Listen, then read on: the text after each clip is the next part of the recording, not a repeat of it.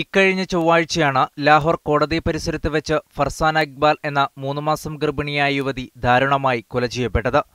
ഇഷ്ടപുരുഷനെ വിവാഹം ചെയ്തതിന്റെ പേരിൽ അടുത്ത ബന്ധുക്കൾ തന്നെ യുവതിയെ കല്ലെറിഞ്ഞു കൊല്ലുകയായിരുന്നുവെന്നാണ് പോലീസ് ഭാഷ്യം. കോടതി പരിസരത്ത് യുവതിക്കും തനിക്കും നേരെ ആളുകൾ ആക്രമണം നടത്തുമ്പോൾ പോലീസ് നിഷ്ക്രിയരായി നോക്കി നിൽക്കുകയായിരുന്നുവെന്ന് യുവതിയുടെ ഭർത്താവ് ആരോപിക്കുന്നു. പോലീസ് നടപടിയിൽ അതീവ ആശങ്കയറിയിച്ച പാക് പ്രധാനമന്ത്രി നവാസ് ഷെരീഫ് സംഭവത്തിൽ അന്വേഷണത്തിന് ഉത്തരവിട്ടിട്ടുണ്ട്. ഫർസാനയുടെ ഘാതകരെ കണ്ടെത്തണമെന്നാവശ്യപ്പെട്ട് നിരവധി ആളുകളാണ് കഴിഞ്ഞ ദിവസം പ്രതിഷേധവുമായി തെരുവിലിറങ്ങിയത്. ഇവരിൽ ഭൂരിഭാഗവും സ്ത്രീകളായിരുന്നു. സ്ത്രീകളോടുള്ള അക്രമം അവസാനിപ്പിക്കണമെന്നും കുറ്റക്കാർക്ക് അർഹിക്കുന്ന ശിക്ഷ നൽകണമെന്നും പ്രതിഷേധക്കാർ ആവശ്യപ്പെട്ടു.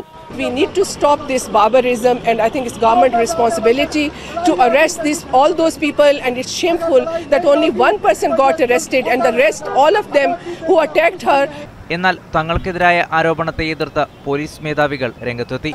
പോലീസ് നിഷ്ക്രിയരായി നിന്നു എന്നത് ശരിയല്ലെന്നും പെൺകുട്ടിയുടെ അച്ഛനും സഹോദരങ്ങളുമാണ് അക്രമത്തിനു പിന്നിലെന്ന് ബോധ്യപ്പെട്ടതായും പോലീസ് മേധാവി ഷഫീഖ് അഹമ്മദ് പറഞ്ഞു. We are here protesting the stoning to death of a young woman in front of the Lahore High Court. She was killed with bricks by her brother, by her father and by her uncles.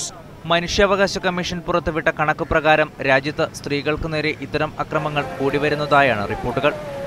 News desk, media 1.